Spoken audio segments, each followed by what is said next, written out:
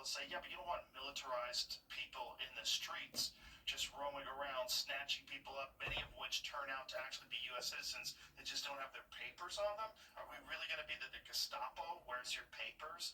Is that what we've come to? So it's more complicated than I think people want to admit. ICE are villains. And now people are looking at them like murderous military people that are on the streets of our city, and they're masked up, which is also a problem, right? Because if you get arrested by a cop, you're allowed to ask the cop, what is your name and badge number? And you can film that cop. If you get arrested by an ICE agent, you have no such right. They're wearing a mask. They don't have to tell you.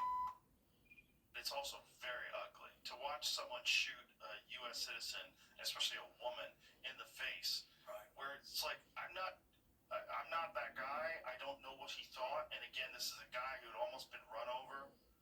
But it just looked horrific to me. I mean, when people say it's justifiable because the car hit him,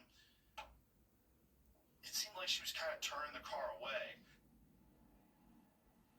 Podcaster Joe Rogan criticizing the Trump administration's targeted ICE operations and podcaster Joe Rogan criticizing the Trump administration's targeted ICE operations and the agency's aggressive enforcement tactics. And you know, Willie, it's when you have somebody like Joe Rogan who supported the president talking about, in Joe Rogan's words, Gestapo-type tactics, talking about the masks, talking about how these people aren't even like police officers, because with police officers, they pull There's up, a process. you talk to them, there's a process, you can see who they are, you can communicate back and forth. Everything about this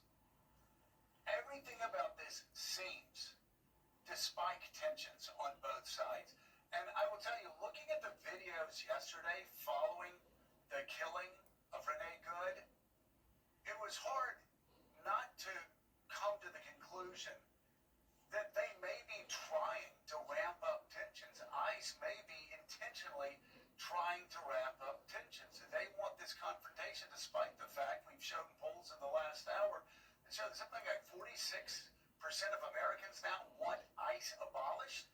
We've shown polls that since Kristi Noem took over ICE in February, the approval rating for the agency has gone down 30%.